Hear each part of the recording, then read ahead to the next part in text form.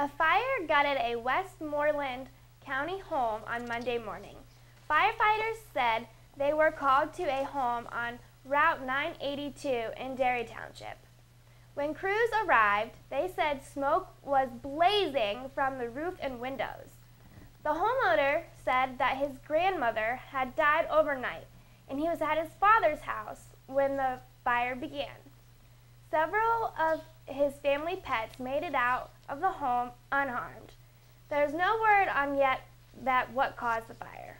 New security video from inside the Washington Monument reveals frightened tourists during last month's East Coast earthquake. A park ranger is seen helping tourists to safety. She then went back to the observation deck while the monument was still shaking to make sure tourists had cleared. She is being praised as a hero. There is still no word on when or if the Washington Monument will reopen. Fighting erupted Thursday morning between government troops and fighters loyal to a tribal leader in the Yemeni capital of Sana'a.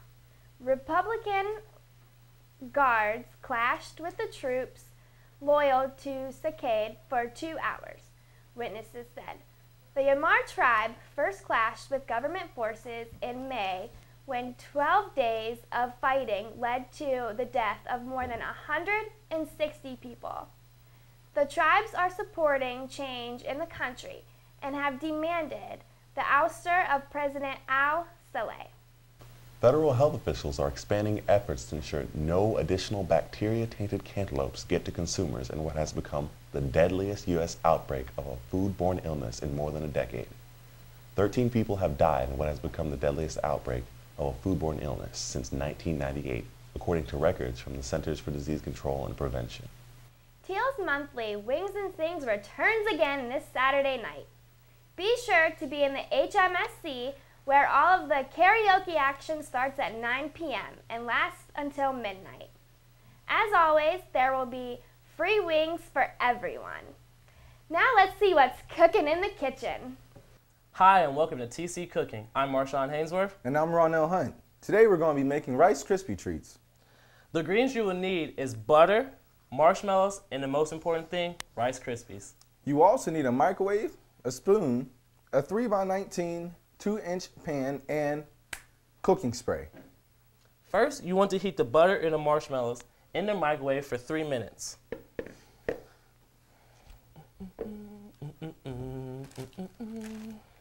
That's a lot of marshmallows. Well, let's do all of them. Yeah, like it's sticky. Come out, little guy. It won't harm you. Boop. All right. While Marshawn is putting that in the microwave, I'll be pouring 6 cups of Rice Krispies into this bowl. Since me and Marshawn are from the South, we'll be using also our specialty, chocolate. Ooh, and a 1. And a 2. 3. 4. 5. And for last one, bam, 6. Now we're going to be using our classic chocolate. Chocolate, that's it. Chocolate, that's it. And you pour it, and you pour it, and you pour it, and you stop. Thank you. Get a little mix to it. Come on, shake it up. Little mix. Shake You it. gotta get that spoon over there. Shake Thank it you. up. Yeah. How's that going on in the microwave? Yeah, we got 1 more minute left. While that 1 more minute's going on, we were going to be stirring this bowl until it's done. So just listen to the catchy tune. I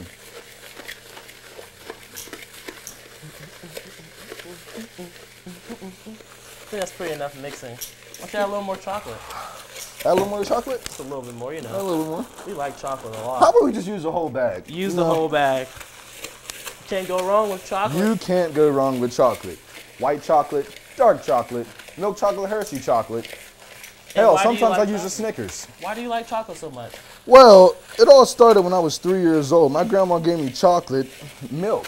Actually, it was actually chocolate milk. She never gave me whole milk, so it was usually chocolate milk. That's probably why I'm probably as chocolate as I am right now. But you know, that's just how life is sometimes with people. So we're just gonna keep stirring this until it's nice and mixed up, as you can see. Oh, that smells delicious. That looks good. That smells delicious. Let me get that and stir this up a little bit. Wow. I can smell it now. It's pretty cool, actually. Yeah. I wish I could eat it right now, honestly. Oh, are you ready for those chocolate chips and Yes, right Rice Krispies? Right now, we're gonna pour it into the bowl evenly. We wanna make sure it's fully coated. And then we're gonna stir it again. Now what you wanna do is you wanna stir until it's completely absorbed around the bowl, also with the marshmallows.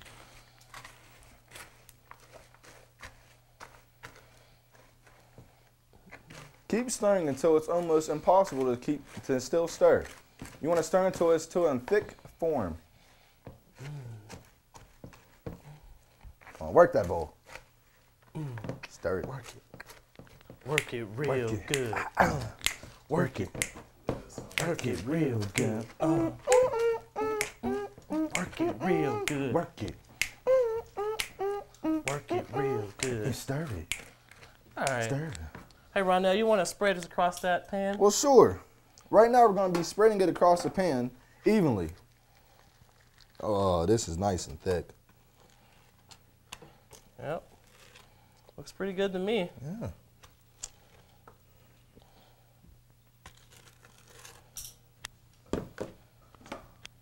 What you want to do is you want to make sure that you use a buttered spatula to spread it evenly.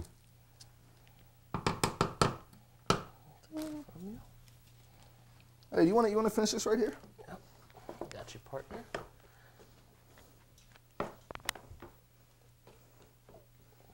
Right now, what is he doing is he is pressing it evenly into the pan, making sure that it's on each and every part of the bottom of the pan. And that's probably about as good as perfect as we're going to get. That's pretty good. Finally, what we're going to do is we're going to take a knife, and on each part, we're going to cut about a 2-inch square. I finish this off. There it is. So we're going to continue. You want to cut about the same area around both parts of it. And after he's done cutting, we're going to let him cool into little 2-inch squares, and then it'll be ready to serve. Thank you for watching our cooking show. I'm Marshawn Hainsworth. And I'm Ronell Hunt. Stay tuned. Demolition crews began taking apart the former home of the Pittsburgh Penguins early Monday morning, but dismantling and demolishing the Civic Arena isn't expected to be finished until May. Last week, a federal appeals court refused a preservation group's request to consider its appeal to stop the demolition of the arena. Pittsburgh wants to have the 50-year-old building because of its unique, retractable igloo-shaped dome and have it used for another purpose. The City-County Sports and Exhibition Authority wants to redevelop the site. There are plans to keep pieces of the arena's roof around for display, one at the Heinz History Center and another at Consol Energy Center, which replace the Civic Arena. A third piece will remain on the site after it's redeveloped. Kind of sad, I mean, to see it go down anyway, all the effort, all the money, and everything that they put into it. We can have new life, new generation of energy, of putting the city back together in ways that we might not ever have imagined. Germany's parliament voted Thursday to increase the powers of Europe's bailout fund as Greece's debt woes fuel fears of the financial crisis. The vote passed by a large majority, which should boost confidence in the European markets. But vote in Germany's lower house of parliament, the budget was seen as particularly crucial because it is Europe's biggest economy. And its chancellor, Angela Merkel, is a key figure in attempts to pull the bloc out of its crisis. Authorities used the court order to close a new Kensington bar that has been the site of numerous bar fights recently. Envy Bar on 4th Avenue was declared a public nuisance by a Westmoreland County judge, and his order will become permanent in 20 days unless it's appealed.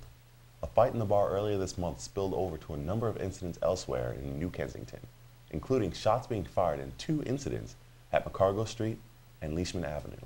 In addition to the September 5th fight, police said that Envy was the scene of a bar fight September 2nd that required officers from 4 police departments to stop. About 100,000 homes were evacuated on the southern Chinese island of Haiyan as Typhoon Naiset threatened to cause landslides. The typhoon forced the Hong Kong Stock Exchange and most businesses and schools there to close on Thursday as it swept past the territory, bringing howling winds, torrential rain, and rough seas. Now let's go out on the field and see Ryan at the Seesaw-a-thon. It's that time of year again when the Kappa Sigma fraternity rides a seesaw for 72 hours straight, rain or shine, in order to raise money for a local cancer patient. This event has been taking place every fall since 1996, raising an average of $2,000 to $4,000 each year. The money is presented to this family at a private dinner where the brothers show much support by meeting the family and getting to know them, putting a face to the name that they have been riding for the last 3 days. Much support was shown over this homecoming weekend, and many of the Kappa Sigma alumni were there in full force ready to help out. Hi, I'm Ryan Shannon, and I'm reporting from the Kappa Sigma Seesaw-a-thon with Scott Grice here, and I just want to ask you a couple questions, man. Absolutely. First would be, what is seesaw to you? Well, seesaw is tradition. It's a great way for us to raise money, to help out the community, and have a good time while doing it. What was one of your favorite moments at Seesaw? Funny, I would assume. Probably the funniest moment I can remember from Seesaw was back whenever I was an active, early 2000s, mid 2000s, whatever. It was like 3 in the morning. If you've been on the Seesaw before, it can get pretty relaxing going up and down, real smooth. And it was probably 3 in the morning, and one of the brothers just started dozing, and next thing you know, you fell right off the seesaw from the top. Everyone's heart skips a beat, and then utter silence. All of a sudden, you start hearing just chuckling. He's laying on the ground, just dying laughing. So, because no one got hurt, that was probably one of the funniest moments I remember. Okay. What was one of the ones that were most sincere to your heart that you can remember? Well, again, back whenever I was an active, and we were first starting to do this for the Andrew C. Foundation, I don't remember if it was Andrew C. or if it was his family. I think it was his family. They actually came up and, they told us thank you and how much it meant to have the help, taking care of Andrew's medical bills and everything. And it was heartwarming because whenever you do volunteer work, you don't expect any thanks. And, you just, having someone come in and actually thank you for it and see the impact you make, it really warms your heart. Why do you guys do Seesaw every year? Well, why not? Think about it, it's a great way to try and raise money, it's a lot of fun, and you can get people together, it gets the entire campus involved, and it's a great, look at all these cars that go by on College Avenue. Everyone's going to see the seesaw, see a bunch of college students sitting on the seesaw, and they can't help but look. Well, thank you very much. This is Ryan Shannon from the Kappa Sigma Seesaw-a-thon. Thank you, Scott. Stocks sold off Thursday afternoon as investigators were reminded that the problems in both the United States and Europe are far from over. Investigators initially dove into stocks following better than expected readings on U.S. economic growth and some signs of stabilization in Europe. The grand opening of the new bistro will be this Monday, October 3rd. The newly renovated bistro boasts a brand new menu with a wider selection that still features past favorites. Be sure to check it out next week. And that's all we have for today. I'm Sabrina Harrison. And I'm Hugh McCarthy with your TCTV News. Oh, and don't forget to tune in on Tuesday nights for Hollywood Heartbeat for your latest entertainment news, celebrity gossip, and movie releases with Sabrina Harrison and Brittany Hill.